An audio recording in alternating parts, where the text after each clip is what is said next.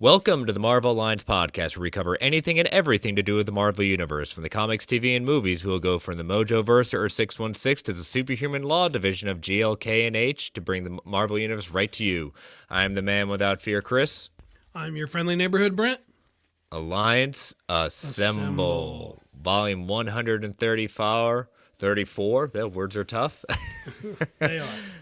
That will probably be the last time we see the superhuman law division in our rundown, because I wanted to leave it in just because, again, She-Hulk after party and things like that, but we're on our march to Black Panther, Wakanda Forever, so I will be changing that for next week. So I kind of wondered when I saw that earlier today. I kind of wondered if you just hadn't updated it yet.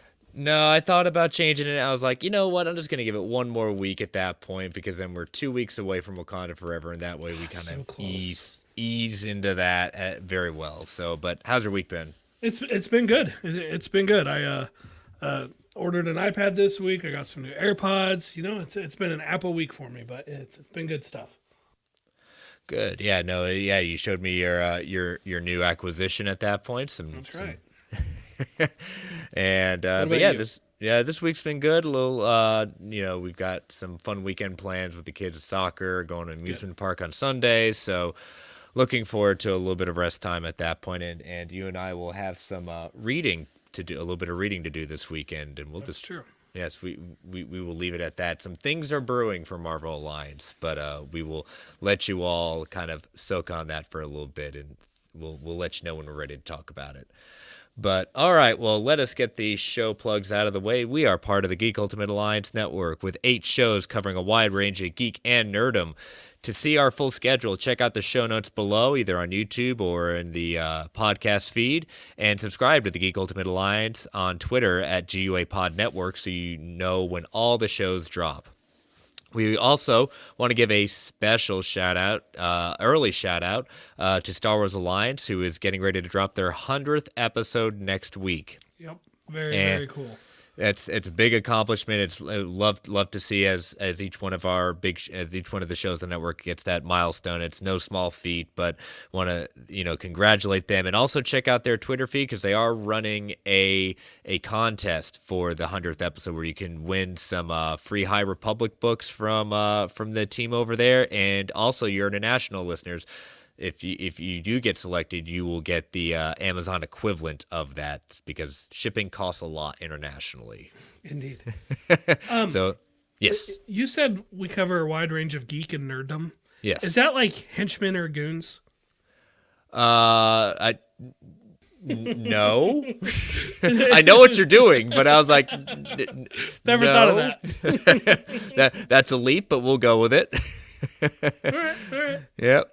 But we also have a Patreon, so we want to throw a couple of shekels our way. We got 2 tiers. We got our $1 tiers, our tip jar to say, hey, you think we're doing a good job? And then we've got our $5 tier, where there are ad-free episodes, early access episodes, and our Patreon exclusive shows, including our show, We Can Watch This All Day, the Marvel Alliance MCU Rewatch.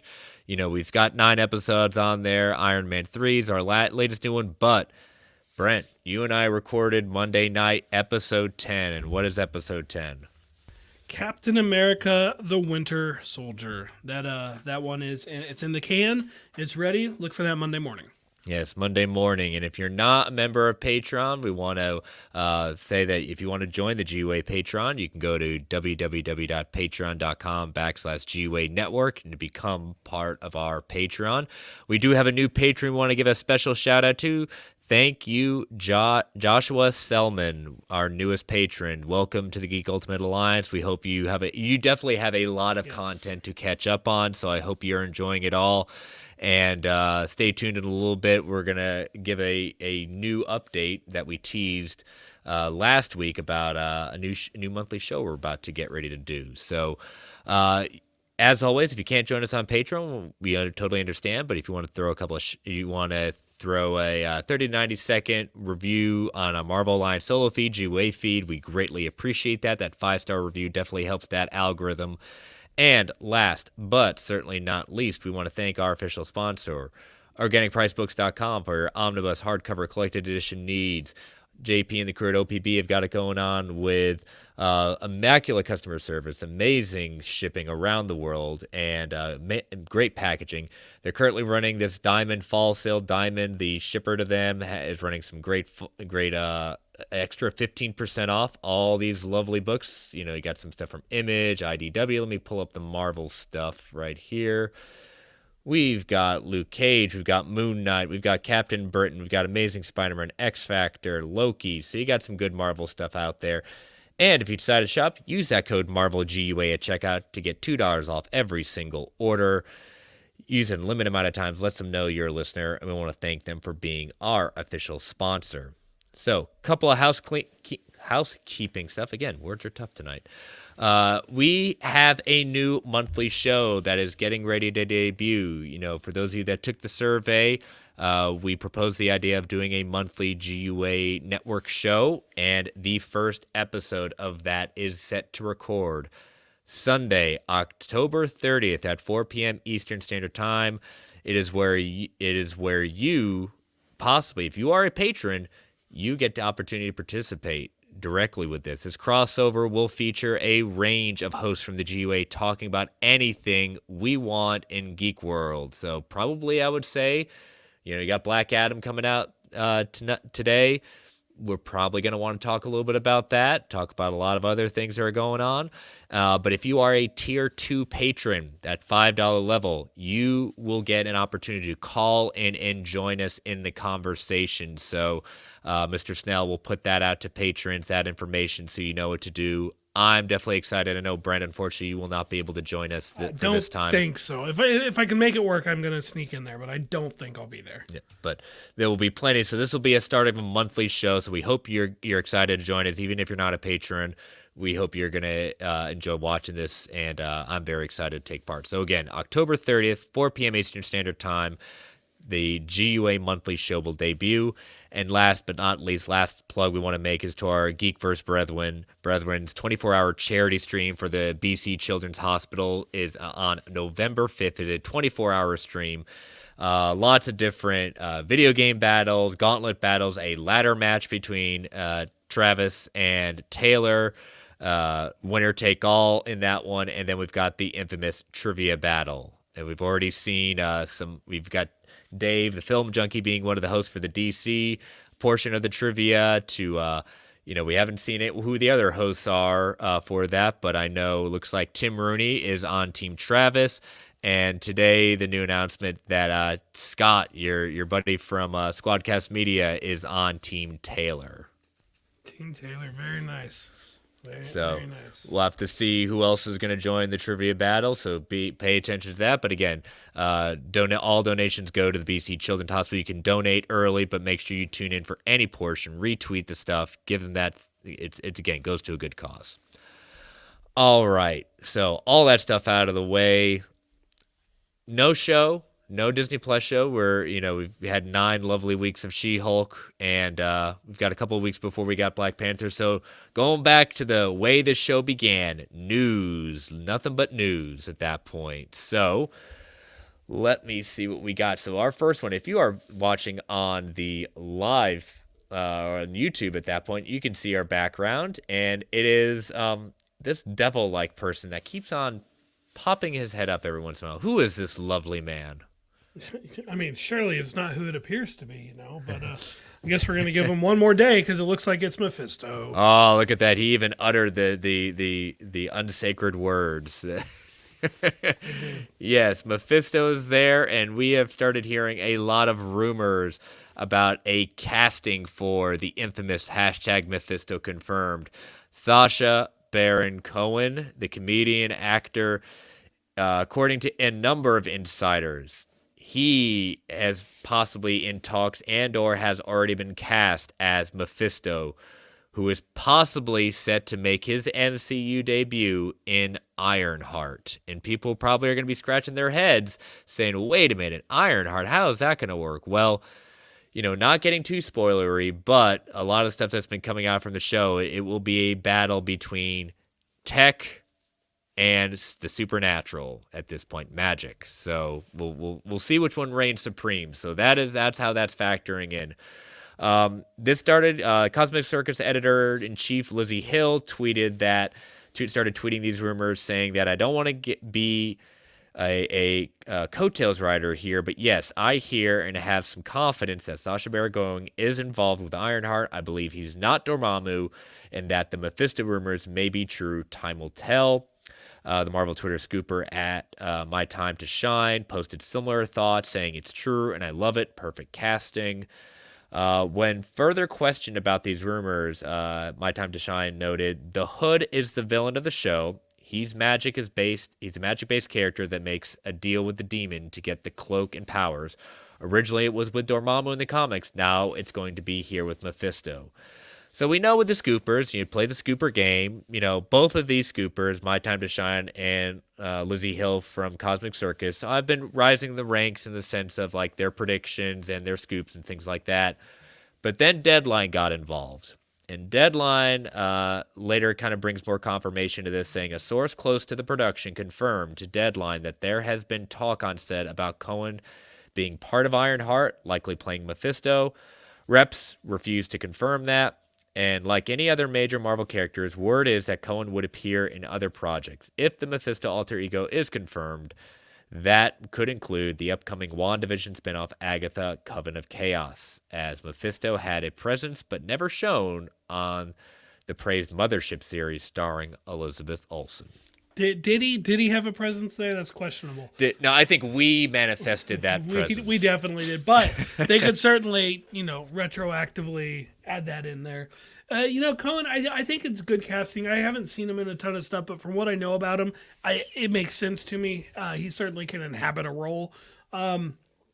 Mephisto, really? It's like, after all this, they're finally doing it. And no, I would not have thought Ironheart. But when I did hear this rumor and read through this, I was like, well, it does make sense with what we have heard the story is going to, the loosely what the story is going to be about. Like you mentioned, science and tech versus more spiritual, mystical, things like that. It should be interesting. I don't know. I think it was Brock who told me like he wasn't even sure he wanted to see Mephisto at this point because he felt burned by the WandaVision. Pun intended.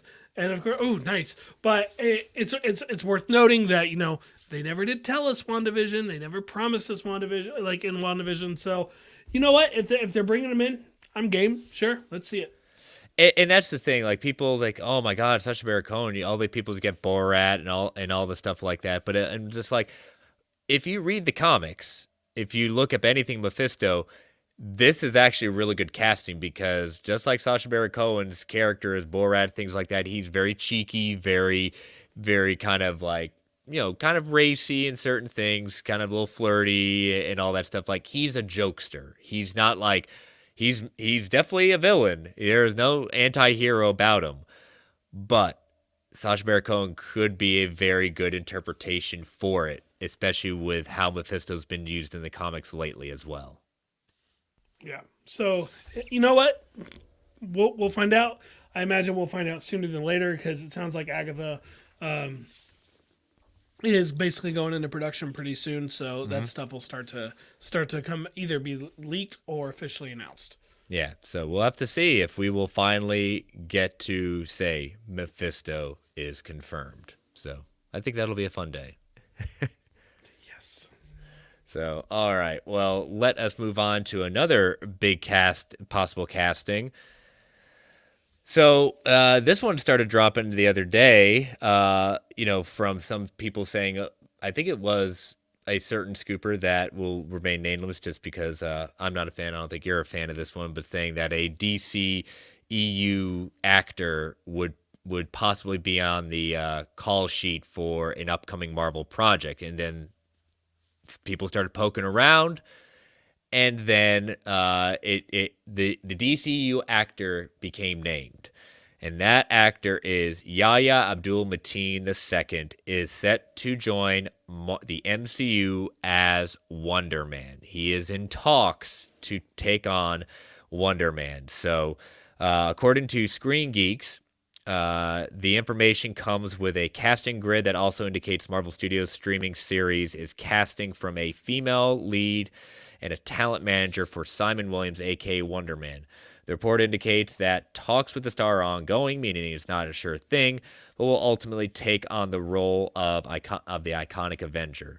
In the comics, Williams was born into a wealthy family as one of the sons of Sanford Williams, a successful weapons manufacturer. And when Simon's brother Eric declined to take over the company, Simon did, and shortly ran it into the ground. Eric, who became the villain known as Grim Reaper, came to his brother's aid by setting him up with some shady characters, and eventually Simon found himself in debt to Baron Zemo, who experimented on him, turning him into Wonder Man, a being comprised of ionic energy. A few wild turns later, Simon was an Avenger, who then became a stuntman, taking advantage of his inability to sustain damage. Now, this again, the exclusive comes from Screen Geek. I label Screen Geek as a broken clock scooper, meaning that they are right sometimes twice a day. Again, I cannot say they're completely, but I'll give credit where credit is due, but I also make a little slight because in my book, they are a broken clock scooper. Yeah, as soon as you told me about this one, I was like, is there another source? Is there anyone? But who was the other source, though? You gave me another name that gives it some credibility, Charles Murphy. Now, when Murphy speaks on this stuff, I definitely do listen. I don't take it to the bank. We're not talking THR, Variety, Deadline, stuff like that. But I believe him more often than not. I believe he has good sourcing. And I'm willing to go with it. And you know what? If Abdul-Mateen's going to get this role, I think that's great. I only know him from Aquaman, where he was Black Manta. He did great as Black Manta. If I've seen him, I need to look at his IMDb, but I don't remember seeing him in anything else. But no complaints about his performance there. Yeah, welcome to the MCU. Yeah, again, he's in talks again, but usually when these things start having in talks, not saying it doesn't happen, it's not 100% chance. Sometimes they do fall through, but yeah, I mean, Aquaman was one of my first seeings of Yahya, but also I saw him in Candyman. I know horror is not necessarily your bag of tea, but very good in that. He's definitely a rising star, and so the MCU is attracting some of this great talent rising up. Just because he's in the DCEU as Black Manta doesn't mean he can't play both sides at that point. And again, people are going to say, as you look at our background, well, wait a minute, Simon Williams is white. We don't care. Guess what? And you know what my thing is, and your point, I don't care either. Again. Is he a great actor? Can he bring some gravitas to the part? Can he bring, again, it's a cool thing. Again, I don't care about the color skin. I never have, never will at that point. You cast the person who's right for the part, and if they've seen the script, they've seen what Yahya can bring to it, he's the right fit, good. I'm excited. Again, representation matters. Let's get him in there. Let's bring this to fruition, because again, he will be joining Trevor. Trevor will be in this. Trevor will be in this show, so that's exciting. Yes, more Trevor, please. I looked at his IMDb. Yes, you're right. All in the game. Yes, you're right. I did see him first in Watchmen. You're right. Just totally, totally was there. Yeah, he says he was a different level in Watchmen. I can't comment. I haven't seen the Watchmen, and David commented on that as well. I've heard nothing but good things about his performance there. That said, I was looking through his IMDb, and apparently he was in The Greatest Show. I don't remember. I'll be honest, The Greatest Showman. I don't remember him there, but I've only seen that once. But he was also in The Matrix Resurrections. I liked him in that. So you're right. I'll be honest. I didn't remember it at first, but looking at him like, oh yeah, okay, he was in that, and I liked him in that. I mean, nothing I'm seeing here changes my mind. Yes, welcome to the MCU. And you're right, with Watchmen at that point, him playing Dr. Manhattan, again, a part that was also played by a white actor in the movie. Guess what? Played by an African-American in the show, and it fit for the story. It worked for the story, and he brought some great kind of, it seems kind of interesting saying this, Dr. Manhattan, great energy in a different perspective too, a little slightly interesting take on Dr. Manhattan. But you're also right with playing basically what, spoiler if you have not seen the new Matrix movie, playing Morpheus in that. So it was very interesting. Not Morpheus. Yeah. Well, Morpheus. Yeah, Morpheus. Yeah, a version of Morpheus at that point. So yeah, no, this is just exciting. Again, I was, when they say like an actor, but it was one of those things like an actor. Are we talking about a named actor or a supporting it? Like you could have gone different directions, but I just found it very interesting how quickly this was kind of sorted out. So it sounds like this is very close to happening. So I hope it does. This is a great get for Marvel, and again, it's further rise Yahya star. So. All right, so our next story for the night is coming to. Let me look at that time because let's take our first ad break before we get into the next story. So, listeners, these ads help keep the lights on in the Geek Ultimate Alliance network. We don't get to choose what ads come on, and they can be a bit loud, so I'll give you that 3 count before they come on. 3, 2, 1. We'll be right back. And we are back. So our next story, well. It's time to get some zombies going on, and we're talking about some Marvel zombies. So, we haven't heard much. We just know from, San Diego Comic-Con that we are getting a Marvel zombie show, and we saw some of the kind of images from it. Well, when speaking to comicbook.com at New York Comic-Con, Marvel Zombies executive producer Zeb Wells, who is also one of the writers behind She-Hulk and is also currently writing The Amazing Spider-Man, so he's a busy guy, revealed the episode count to the TVMA animated What If spinoff series, Marvel Zombies. He said, so I did not do the Marvel Zombies episode, but I'm going to do the spinoff. So it's not out yet, but I love the episode too. So when I got the call they were going to do a spinoff from the episode, I was like, yeah, let's do it. So it's 4 episodes. Not sure when it comes out yet, but it's looking really cool. Marvel Zombies should prove to be a sprawling tale despite its short length, and judging by the many characters, these are the ones that are already confirmed to be in the show. The group, the quote-unquote human group, includes Yelena Belova, Kate Bishop, Jimmy Woo, Shang-Chi, Miss Marvel, Death Dealer, Red Guardian, and Aquafina's Caddy. So that's our human group. And our zombies, at least right now, include Scarlet Witch, Ghost, Hawkeye, Okoye, Abomination, Captain Marvel, and Josh Keaton's Captain America. I mean, half of Captain America. Half to Captain America. We'll call him U.S. Agent, Home Depot Captain America. Yeah, that's fine. I'll accept that. Yep. So, if what's all in the game saying, if you absolutely had to lose one of the 4 announced animated shows, which would it be? What do we have? Spider-Man freshman year, X-Men, zombies, and What If? Yeah. Honestly, it probably would be zombies. It would be Don't get me wrong, I'm yeah. excited for it, but it probably would be zombies. This 4 episode count is interesting. This is a story that I completely missed whenever you guys talked about it in our network chat. Totally went by me. You mentioned it in passing later. It's like, what are you talking about? You know what? I like it with an asterisk that they're doing 4 episodes. Mm-hmm. I've been saying all along they need to play with the episode counts. They need to do the episode count they think fits the story. So I like that. My asterisk comes in because my biggest complaint with What If Season 1 was I felt like every single episode was several minutes too short. They all needed somewhere 5 to 7 more minutes in time, I thought, to just flesh them out a bit more, make them feel just a little bit less rushed. So if we're only getting 4 and they're similar episode lengths as What If was, I'll be a little worried there, but it's a totally new story. It may end up working out just fine, but that's my only hesitation on it. Yeah, no, that's also mine, is like, how long are these episodes going to be? And, if it's just 4 episodes, it's just like, is this basically a proof of concept show? Everyone liked the 1 episode. Okay, let's see if we give them a little bit more, and this is their first venture into a TVMA project. Maybe that's also their hesitation of giving them too many episodes, just to see if it backfires on them. Like All in the Game saying, will be interesting to see how hard they push that TVMA rating.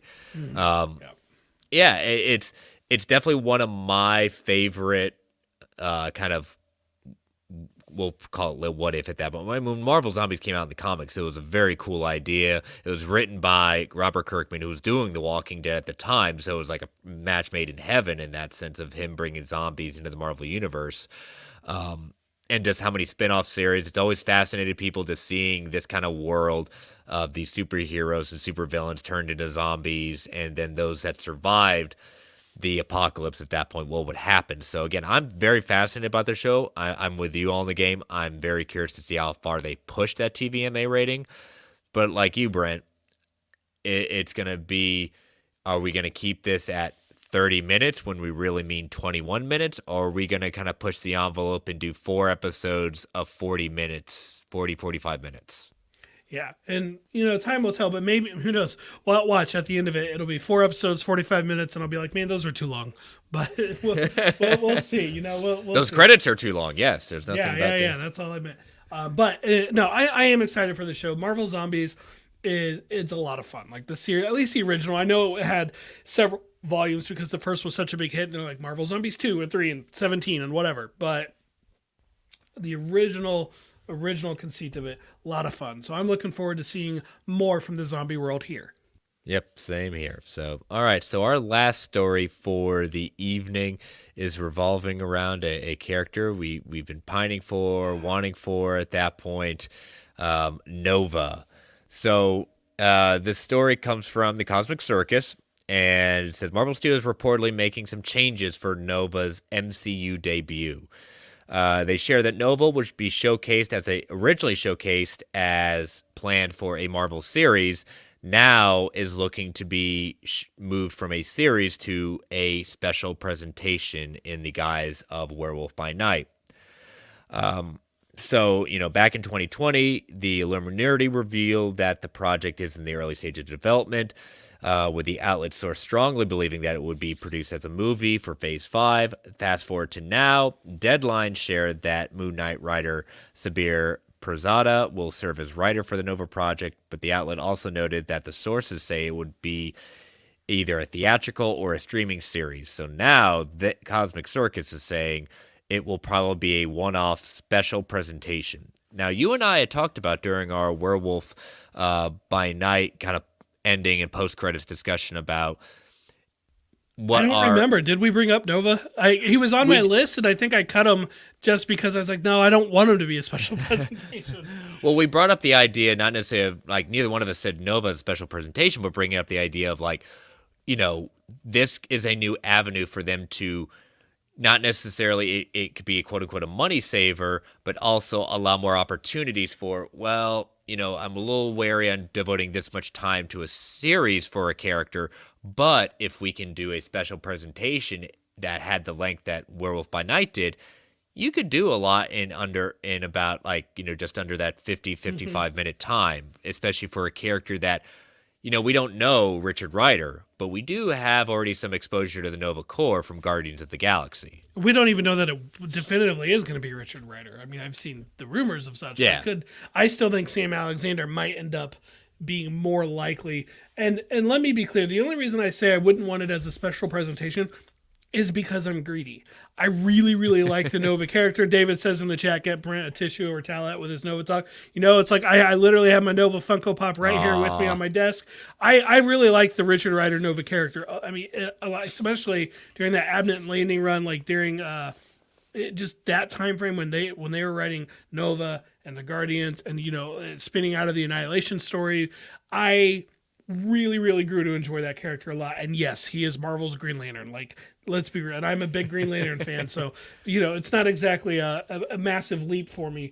But regardless, if they want to do a special presentation, then fine, because I want them to do the story that in the format that they think best fits the story they have, best fits the character they're going to say. And you know what? It's not like in any world do I believe that it will be his one and only appearance ever and I'll never see him again. So it's totally fine with me. If a special presentation is how it needs to be for me to see some Nova, special presentation it is. Let's do it. When's it out? Let's go. Well, especially like you said, it's basically because of the space cop thing, right? I mean, I don't know what it is, but apparently space cops really do it for me. So. But look at it, again, being a space cop at that point, doing a series would, we've already talked about at length on this show about the VFX issues and the mistreatment of VFX, as a lot of stuff has been coming out lately about MCU and VFX mistreatment at that point.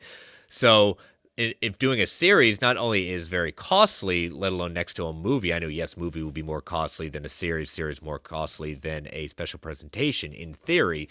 This might allow not only for them to kind of rein in the cost, but also give some time to the VFX artist to do for one presentation versus 6 episodes, 9 episodes. But then someone can come back to me and say, well, if you do 6 episodes, it might be the same. I said, yeah, but if you're talking about like 20-minute episodes versus what other 6 episodes have been between 35 to 50 minutes. So basically, there's still more cost with a series compared to a special presentation. Well, there's no doubt that a series, even at 20-minute episodes, is more expensive.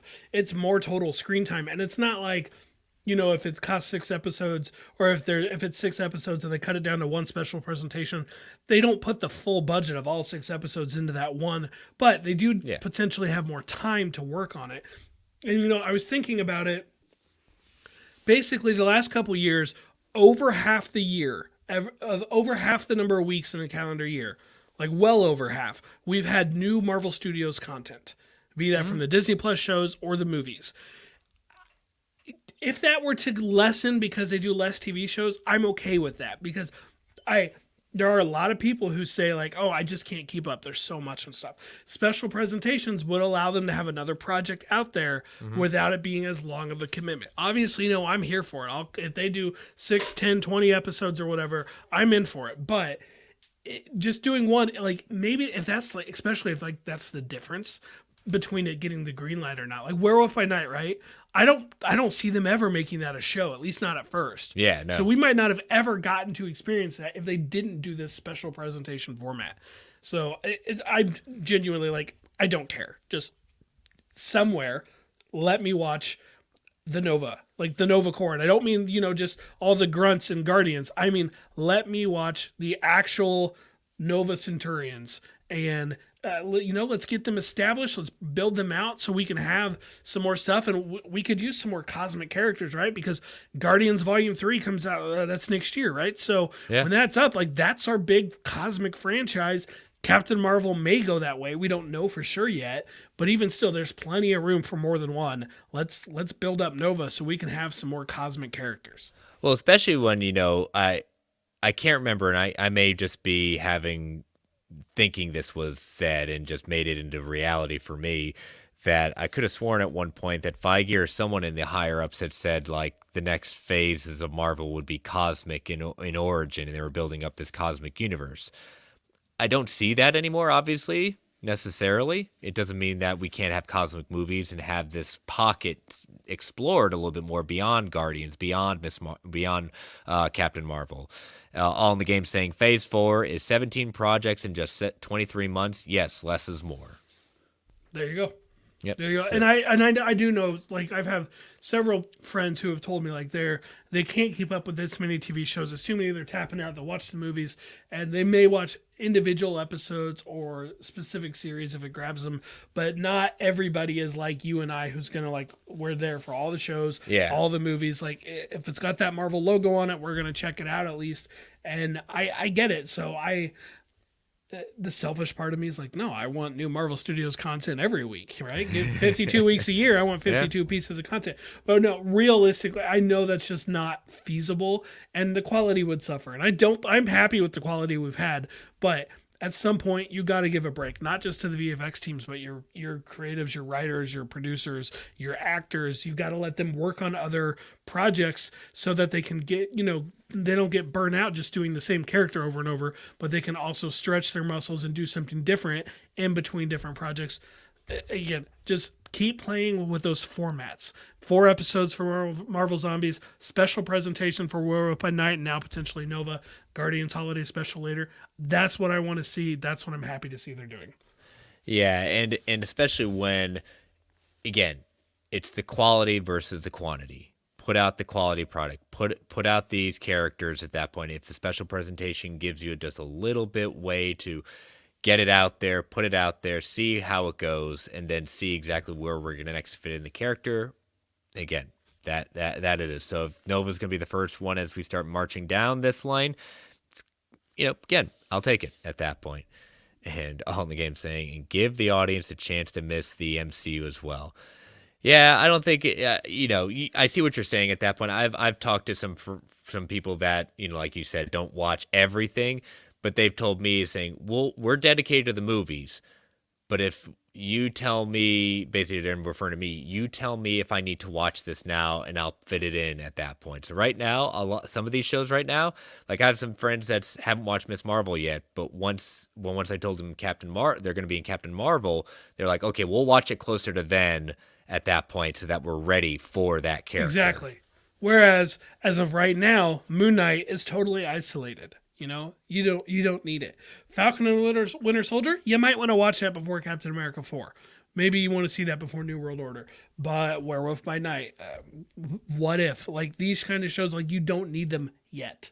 You don't. And honestly, I'm a little surprised because I wouldn't have anticipated this at the start of this calendar year. Loki, for example. You wouldn't necessarily need you. I thought you might need it for Multiverse of Madness. In hindsight, I'm going to say you don't. But whereas WandaVision, I would say, no, you should probably check that one out before you check out Multiverse of Madness. And I think that's okay.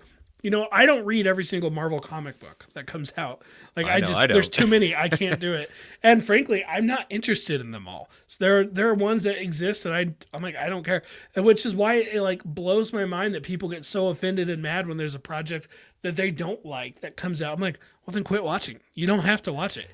It's okay. The earth will spin on. Just skip that one. And if you find out later it's relevant, it's going to be there for you to binge. Yeah, Amar says bring back the one shots like we used to get on the Blu-rays in most movies, and basically All in the Game echoes it. Brendan and I have said it. Like if this is the new version of the one shot, the extended look, I'll take it. It's the spiritual successor to it.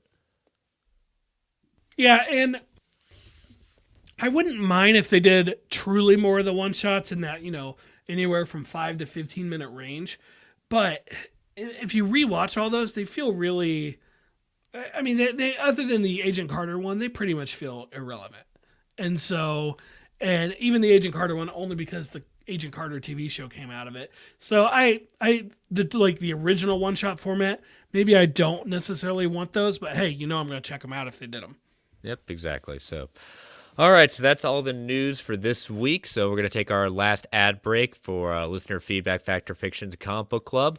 So as always, listeners, these ads help keep the lights on the Geek Ultimate Alliance Network. We don't get to choose what ads come on, and they can be a bit loud, so give it that 3 count before they come on. 3, 2, 1. We'll be right back.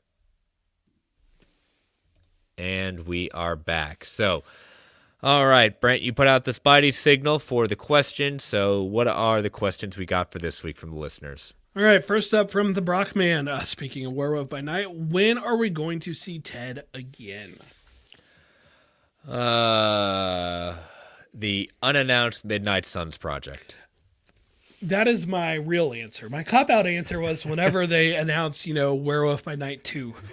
I actually do think I just feel like Midnight Suns first. Maybe I don't know if that was the original plan. Obviously, that character is really connected with a lot of people, and so I just know there's someone in my house who's still waiting on a Ted plushie doll, whatever, stuffed animal to come out. Here is my other prediction.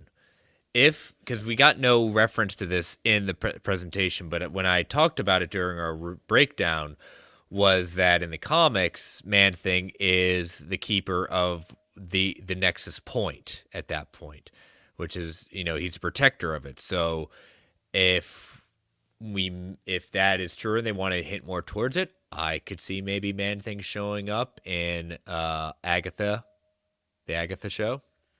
Maybe. That would be fun. Just to see Catherine Hahn play off of the Man-Thing. That would be fun. I wasn't gonna think of that, but I like it. I like that a lot. So I started thinking about Nexus being like, what's the next Nexus show we could possibly have? And that would be Agatha. So yeah, so that's it. Good question, Brock. All right, next up from Omari Daniels, what team up would you like to see in a Marvel film or show like we got with Thor and Hulk and Ragnarok? Assuming the answer isn't Spider-Man and Daredevil, of course. Well, taking all the fun out of it. Exactly. Jeez, we could do a whole episode of that. So, all right, I've got a few. My first one would be Thor and Beta Ray Bill. Okay, I like that a lot. We've teased Beta Ray Bill a few times in the Thor movies. I finally, I thought Thor: Love and Thunder was going to give us it. It disappointed me in that sense, but I think we will be seeing Beta Ray. I want to see Beta Ray and Thor team up. I like that idea a lot. Sticking with Thor. And I know we've had little snippets of it, Thor and the Guardians of the Galaxy. But I don't just mean 10 minutes at the start of the movie, which I loved. Don't get me wrong. I mean a full-fledged story of those characters. Sure, set it back in that timeline between Love and Thunder and Ragnarok, or Endgame and Love and Thunder. That's fine with me, but just really, I guess if I'm really being honest, it's Thor and Peter Quill I want to see more of, because I love the two of them playing off of each other. Oh, yes, very much so.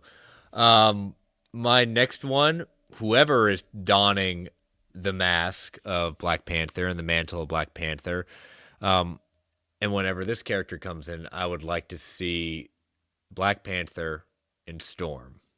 Ooh, I like that. I like that too. It doesn't even matter who's underneath it. It's just it's a cool dynamic. Whoever is taking on the mask.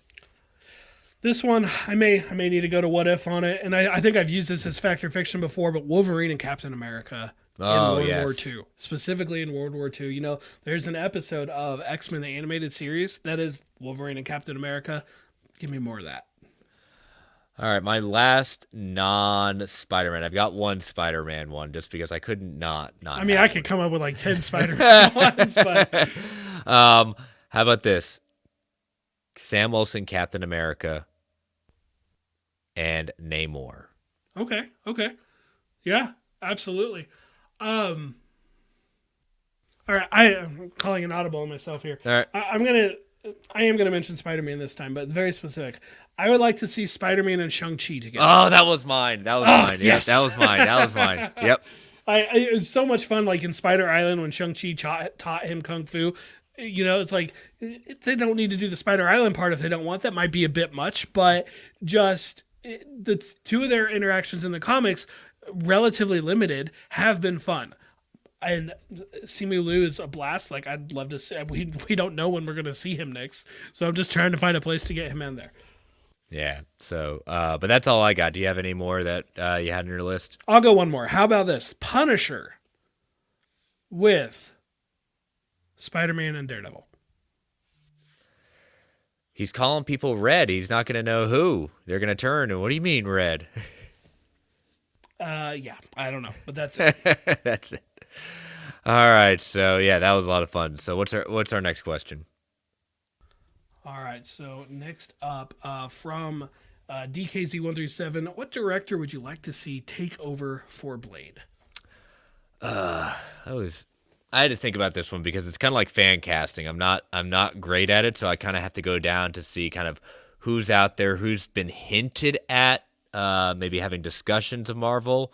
One of mine that I kind of put on my list was Antoine Fuqua, director known for Training Day, The Equalizer. He recently led the production of the Will Smith-led Emancipation for Apple TV. But, he has, met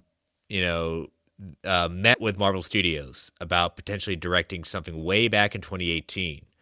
And, doesn't mean that it just didn't happen at the time they couldn't find that project. But I think Fuqua would be a outstanding pick to take over Blade. He's good with action. He's got a great view on how to film it, the cinematography. So I would think he'd also play good in the plenty of real world symbolism and bring that into the supernatural world of Blade. Okay. The first name that came to mind, I actually have to take out of the running because he's already tied up, would have been Destin Daniel Cretton. I would have loved to see him take on that character, but he's a little tied up with King the King Dynasty and hopefully Shang-Chi too. So we'll take him out of the running. I was trying to think about this. The only other name I came up with was Sam Raimi, because I feel like Blade is a character that could lend itself to that horror vibe that Sam Raimi enjoys so much. And obviously he has an appreciation for comic books. So that feels like a good cross. But my real answer is, it's a cop-out, but I don't mean it to be, is I want somebody I've never heard of. That's more what I want, because I do enjoy when Marvel takes those directors from smaller projects, from TV projects, sees something in them, and then gives them that opportunity to just really wow us at the movie theater. And so that's my real genuine answer, is I'm kind of hoping it's someone I've never heard of. Mm-hmm. Another one that came up for me was F. Gary Grant. F. Gary Gray. F. Gary Gray. Okay. He was actually one of the directors on the short list for Black Panther. He obviously didn't get the gig, and he didn't take the gig, and it ultimately went to Ryan Coogler. Now, Gray actually took on The Fate of the Furious instead. And so he's good with that kind of high octane action.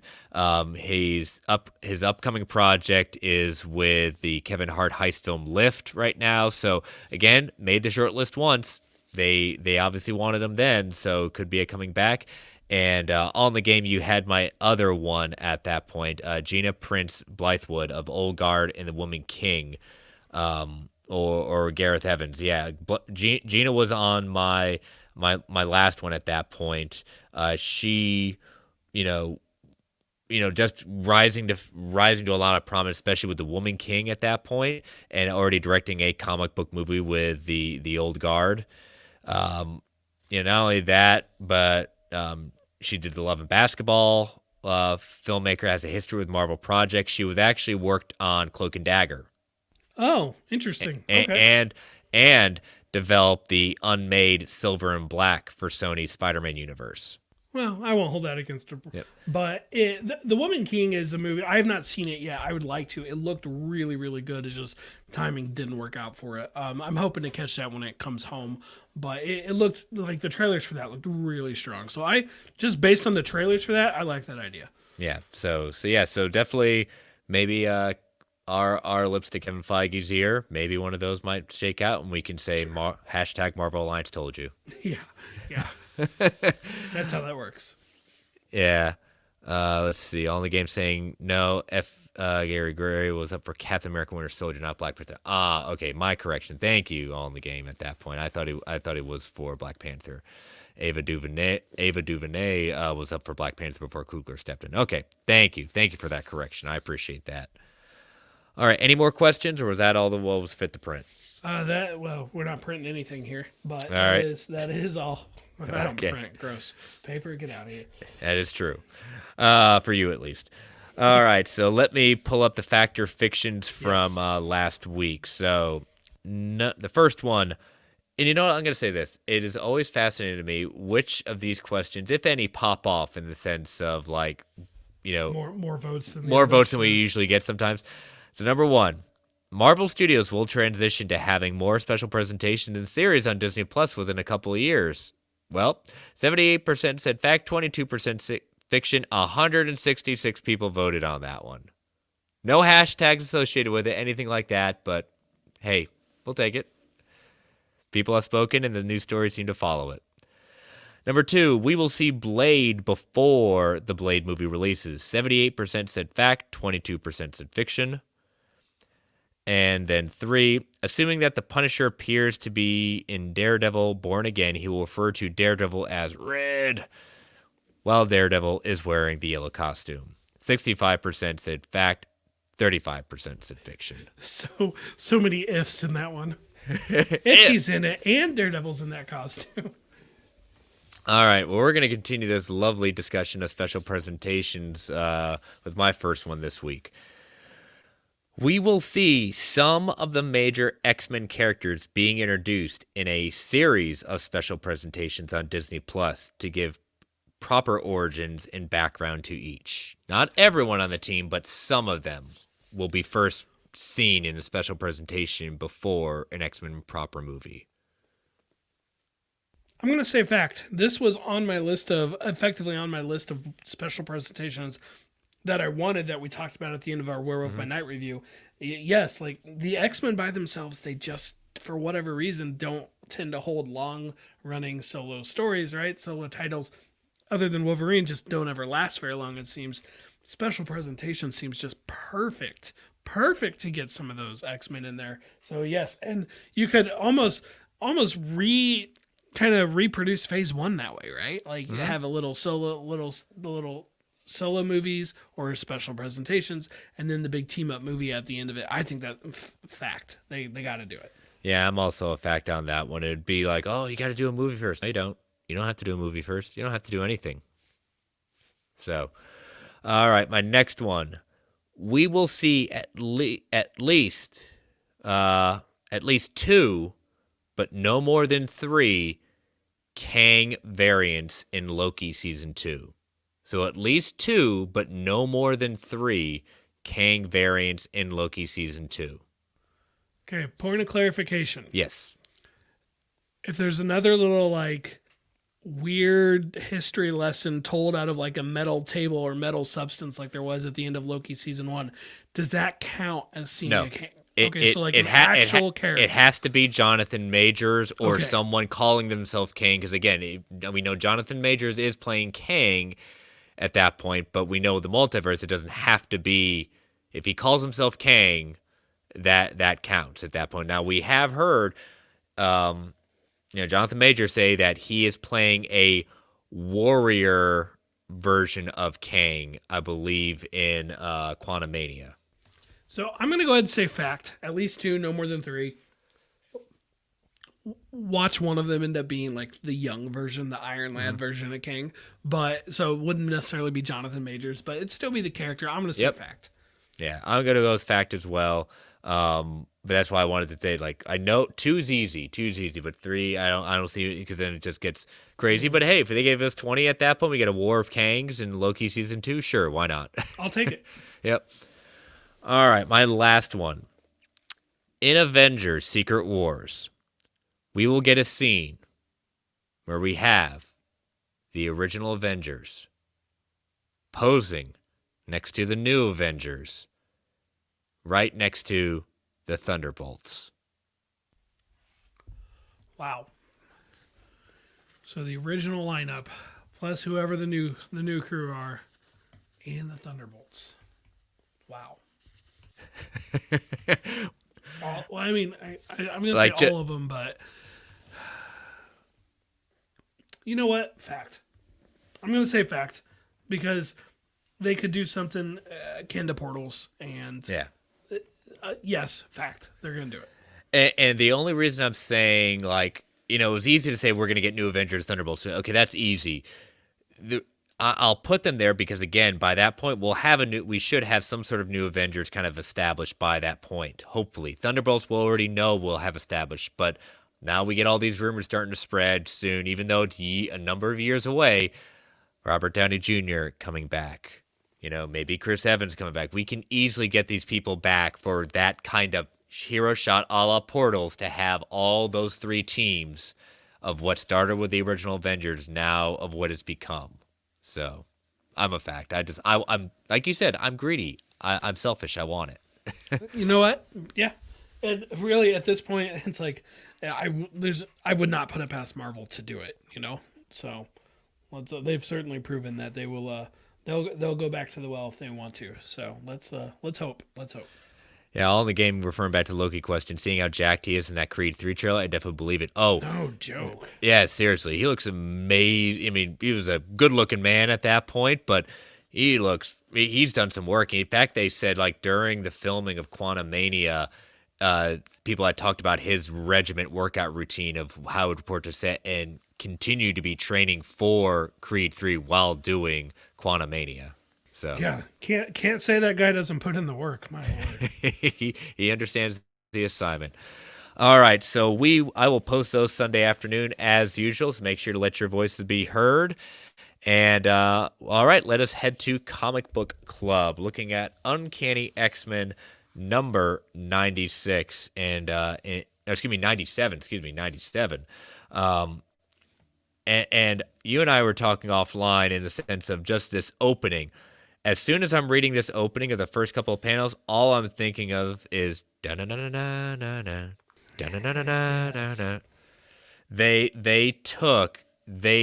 again, they obviously they took from the comics at this point, but these first couple of panels are exactly how the beginning of the Dark Phoenix saga was put on in Charles Xavier's head in the animated series. Yeah, I mean, there's really been 3 adaptations of it, and X-Men animated series was the first one. It did it the best. And just reading this, I'm like, oh, okay, so we are close to the Phoenix here, and like some of these images are like right from my memories of the animated series, and so that just brought a smile to my face. Oh yeah, it's one of those things. Oh, geez, we're already heading there, and I think we end right before the Phoenix Saga kind of begins. I think on purpose I chose that, just not to get to we're stopping there. Yeah, we're gonna have to. Yeah. But it is cool to seeing that, and then we kind of get into the kind of main story of this one of Alex Summers, Lorna Dane get attacked and basically brainwashed in this. Yep. Alex Summers is one of my favorite X-Men characters. I don't really know why. He seems to get punked a lot in most of the stories I read him in. I've just always liked him. And, this is no different. He gets brainwashed here, and Lorna's obviously brainwashed. And we find out that they're being controlled by Eric the Red, which really confuses Cyclops because he was Eric the Red, last time we saw that character. And by we saw, I mean like earlier in the series. We did not read that for this show, obviously. I'm surprised he didn't call himself Eric the Right, just because don't you always say Cyclops is always right? Yes, but Eric the Red is not Cyclops, so that's okay. Eric was not right, but regardless, this was just some fun little fights. We got like Storm versus Lorna, Cyclops versus Havoc, and then the rest of the X-Men, minus Banshee and Wolverine, they were on the sidelines for most of it, versus Eric the Red. Yeah, I mean, it's interesting just because, like, we know they're brainwashed, but it almost feels like it points, particularly with Havoc, Alex Summers is just like, he says he's brainwashed, but part of me thinks he's actually enjoying this. Well, it seemed like he was trying to fight against it up until Storm got the upper hand on Lorna. Yes. And once that happened, because Lorna called it a game, Storm got pissed, she did what Storm does, and she whooped a bunch of ass, and then Havoc got mad, and at this point, I don't think, like, brainwashed or not, like, he's giving into it. Yeah, and so, you don't mess with his best girl at that point, so, so Havoc goes ballistic on it. They rescue, he rescues Lorna, takes on Eric the Red, and they venture out. And Wolverine's like, "What are you doing, Cyclops? Why are you letting him get away? Why did you say?" And then Cyclops just belts Logan, and it's not often, you can sneak up on or surprise Logan at that point. But I'll give it to Cyclops. He had that moment. Yeah, and it would have been nice if Wolverine could have been involved a little bit more, but maybe, at that point, having Wolverine, having Banshee in the story, like, at some point, Eric the Red's going to get overwhelmed, right? Like, you got to cut a couple people out for a little while, at least. Even going right back to the beginning, I was kind of thrown a little bit at the beginning when they all were wishing, Professor X happy travels, things like that. But, like, having Jean there, and I'm like, she left the team. Like, she's not there, so it struck me as a little odd saying she's saying goodbye. I'm not saying she can't say goodbye to Professor X, but she's not seeing him on a daily basis, as far as we know. Right, like, it seemed like she had already said her goodbyes to him Yeah. for a while. It would have been better, like, if they would have established, like, hey, she's still coming around a little bit. She's visiting Cyclops. She's not an active member of the team, but she's hanging out at least. Yep, and then, we get these kind of interesting figures watching them at that point, seeing image on top of image, so we don't know who these people are. But the next issue, the Sentinels return. Enough said. Enough said, indeed. So, all right, so we will deal with issue 98, and I believe Brent and I have already selected our since it's our pick for the next comic book club. We're not ready to reveal it yet, but I think we're right now, unless something comes up, I think we're settled on what our next comic book club is going to be. Yeah, I think we have it. Gotcha. All right. So, well, volume 134, our like I said, our return to just straight up news at this point. So, hope you all enjoyed it. And but yeah, Brent, tell people how they can follow you. Sure, BritTech Prime on Twitter and TikTok. And I want to give a plug to the iPad Pros podcast. You know, there was an new iPads released earlier this week, or announced. I guess they technically release next week. And Tim from that show was kind enough to invite me on to chat about them the other night. So look up the iPad Pros if that kind of thing interests you. Yeah, definitely check that out. Brent and I had some words back to each other when these iPads were revealed, and I didn't think that if someone invited him on, it wouldn't be too much to push Brent on to say, yes, he has words to say about this. I do have words to say about it. All right, I'll definitely give that a listen. You can follow me on Twitter at Chris Balgo. You can follow my other show, World's Finest True Believers, at Finest Believers. You can follow this show at Marvel A Podcast, and you can follow the Geek Ultimate Alliance Network at GUA Pod Network. You can email the show at marvelalliancepodcast@gmail.com. Feel free to tweet, email if you want to provide feedback, factor fiction, ask questions. Our DMs are open on all accounts. Continue to rate and review the Marvel Alliance solo feed, GUA feed on Apple Podcasts, Spotify, whatever podcatcher choice may be. Thank you all for joining us in the chat. Thank you all for listening. Stay safe out there, everyone. And I want to say one thing before I sign off. I forgot to plug this too up front, and I want to apologize to our DCA brethren.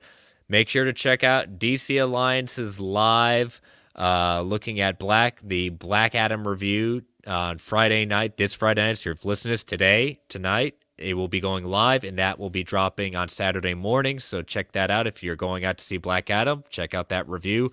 And now back to the sign off. Thank you all for listening. Thank you all for joining us to chat. Stay safe out there, everyone. And as Stan the Man would say, Excelsior, true believers. All right, so post-credits discussion today. Bringing a little DC, bringing a little Marvel into this at this point. But we're talking about streaming comics. And the reason I'm bringing this up is a few weeks ago, during New York Comic-Con, DC Comics had said that they are bringing a new tier to their DC Universe Infinite subscription plan, and they're calling it DC Infinite Universe Ultra. And what was the big thing with that? Well, not only are they basically kind of tearing out a number of different parts of the DC app at that point, they're going to have the library expand from 27,000 books to 32,000 books by mid-November. Expanding the Vertigo and Black Label and DC Collected Edition catalogs to Ultra members only, beginning in mid-November 22. And you would get, if you're on an Ultra subscriber, you get a free collectible comic exclusive to Ultra subscribers, which was the deluxe edition of The Death of Superman with an exclusive cover for only Ultra members while supplies last. But here's the kicker. New comics available 30 days after print release. And they're running a special right now that up until, I believe, end of November, you can lock it in. If you're in America, it'd be $99.99 a year and you will lock that in as long as you're a subscriber. 119 in Canada, 134 in Australia, 134 in New Zealand, and 72 in BPS in the UK. So that was the big game changer. It wasn't just like making certain part of their catalog ultra exclusive, but 30 days, Brent. 30 days after release, you can see the newest DC titles. So before, DC Universe Infinite started with 12 months, then they went to 6 months. Now we've jumped, not doing the 3 months that Marvel Unlimited does, but now 30 days. So years ago, when I first got Marvel Unlimited, as far as I know, at launch, Marvel was 6 months behind release date, roughly 6 months behind. To my knowledge, it's been that way since they launched. It's always been that way. When DC Universe started, and it included the TV shows and stuff, Titans, Young Justice, all the animated stuff, it was 12 months behind. And at the time, I thought, well, that 12 months is nowhere near as good as 6 months. But it's not bad, and you get the TV show. So it's still a really good deal overall. When it became DC Universe Infinite, Well, they matched, they matched their competition. They go 6 months. Marvel countered. They went to 3. Marvel, it's your move because right now DC is in front of this game. And they Marvel does have a higher tier. I don't even remember what it gets you because whatever it was stuff I personally wasn't interested in. Yeah, it kind of I've got pulled up right now, so you can do it monthly like you do DC Universe Infinite. But the annual subscription, if you do it annual instead of monthly, you save $50, and it's $69 a year. I believe the original DC Universe, it's $74.99. So just a little bit cheaper on Marvel. If you do the annual plus, you get all the comic content is still the same, but what you get is a exclusive membership kit. And usually these change every couple of months. You don't get a new one. It's just when you subscribe. So this time it looks like you're going to get a Hasbro Legends Daredevil figure, yellow costume, not available anywhere else. So it's just if you do this. Classic Daredevil Scotty Young pin. Axe, Eve of Judgment, #1, a variant cover, a Daredevil litho, and then a Captain America Sam Wilson shield patch. And again, this kit is just a one-time thing if you join it at that point, and it does change maybe every year, maybe every 6 months to attract new members. So it's not, you don't get anything new comic-wise to the app. You get this kit one time only. And I think they used to do things like special seating or whatever reserved at like comic convention panels and stuff like that. But frankly, it invites an access to Marvel events and then 10% off Marvel merchandise and more at the Shop Disney. Like that's all great, but I'm not buying it. Whatever. $70 for Marvel Unlimited at 3 months behind. When it went 3 months behind, that is when I stopped buying weekly comic books. I said, because at that point it's like at this time, good enough. It's close enough. Yeah. I would absolutely pay more money to get 30 days behind. And there are some titles that I am more than 3 months behind on, and I recognize that would be the same. But there are others that I read them usually within a week of them being released on Marvel Unlimited, and for those, it would be worth it to me to have that access to be able to get it 30 days behind. This is a fantastic, fantastic deal for DC Universe Infinite subscribers. So if you have DC Universe Infinite, in my opinion, you're nuts not to do this. That's my take on it. Now, if you don't have it, well, okay, fine. But if you have it, I think you should be doing this, assuming you can actually convert your membership to it, because we do have a couple friends who have definitely been struggling with that and have not been able to get their memberships converted over. But glitches happen, bugs happen. That stuff will get sorted out in time. I applaud DC for this move. I think it's fantastic. The only question I really have, I wonder what the DC creative teams think about it. Those writers and artists. I haven't seen any comments from any of them, but I've long wondered what they think about both Marvel Unlimited and DC Universe. Yeah, I was upgrade day one at that point, and thankfully, at least I was able to upgrade very easily. And the interesting thing was, they immediately converted me to the Ultra membership for no extra cost. They're not going to charge me the $99 until my annual is up at the end of December, which was nice. So, for those of you that have a current subscription, you won't be charged the $99 until your subscription is currently up at that point, which is, nice at that point. So it's the other thing besides the creators I wonder about is the brick and mortar stores. I'm one of these people. Yes, I'm a physical collector, but I'm more and more enjoying the digital reading experience. I'm getting more and more selective of what I choose to purchase with physical. I've used both Marvel Unlimited and DC Universe Infinite to preview stuff before I buy, and sometimes it saved me a lot of money, and other times I said, no, I really like this. It really has some meaning to me, and I want to have it physically. With the brick and mortar stores, there's always been, ever since pandemic happened, like, comic book shops, it's all going digital, things like that. I don't see that happening. I have felt for a while DC really has been not too much caring about the brick and mortar stores a lot. A lot of some of the behind the stuff things I've heard from comic book shop owners and other people that are in the know, they haven't felt the love for DC for a long time, and they just said this is par for the course for DC. Like, this is just them again selling it to them, and I can't necessarily deny that. DC will counter that saying, well, we're not saying it's day and date. We are saying it's 30 days out. So you're still getting they'll say you're still getting the walk-in crowd, new Wednesday comics at that point, even at that point. It's it's hard to argue that, but again, it's still going to hurt them in some way. I can't necessarily deny that. Right. It's not day and date. That's absolutely true. It's not day and date yet. Right? Yeah. Yeah. Like that is the next obvious step, $150 to no 30-day wait, right? Like to me, that feels like the next obvious step. And I don't know if it'd really be I don't know what the right price for that would be, but I mean, it feels inevitable. Yeah, it does. And it'll be interesting just because, like you said, like Marvel Unlimited, it's your move. Like DC actually leapfrogged you in that sense. Now, what could be different that they bring outside? They could do the 30 days too at a different tier and nothing else different. But there is a big missing part of their subscription that is not there. And that and that is a chunk of their Max line is not on Marvel Unlimited. And here I thought for sure you were going to say cross-gen comics. No, okay. That's just me. Nope, okay. That's also a thing. But like I say, when people say Punisher, Punisher is on there. Supreme Power is not. There is a number of Marvel Max series you will not find on Marvel Unlimited, and I think the reason behind that is because of the Disney branding.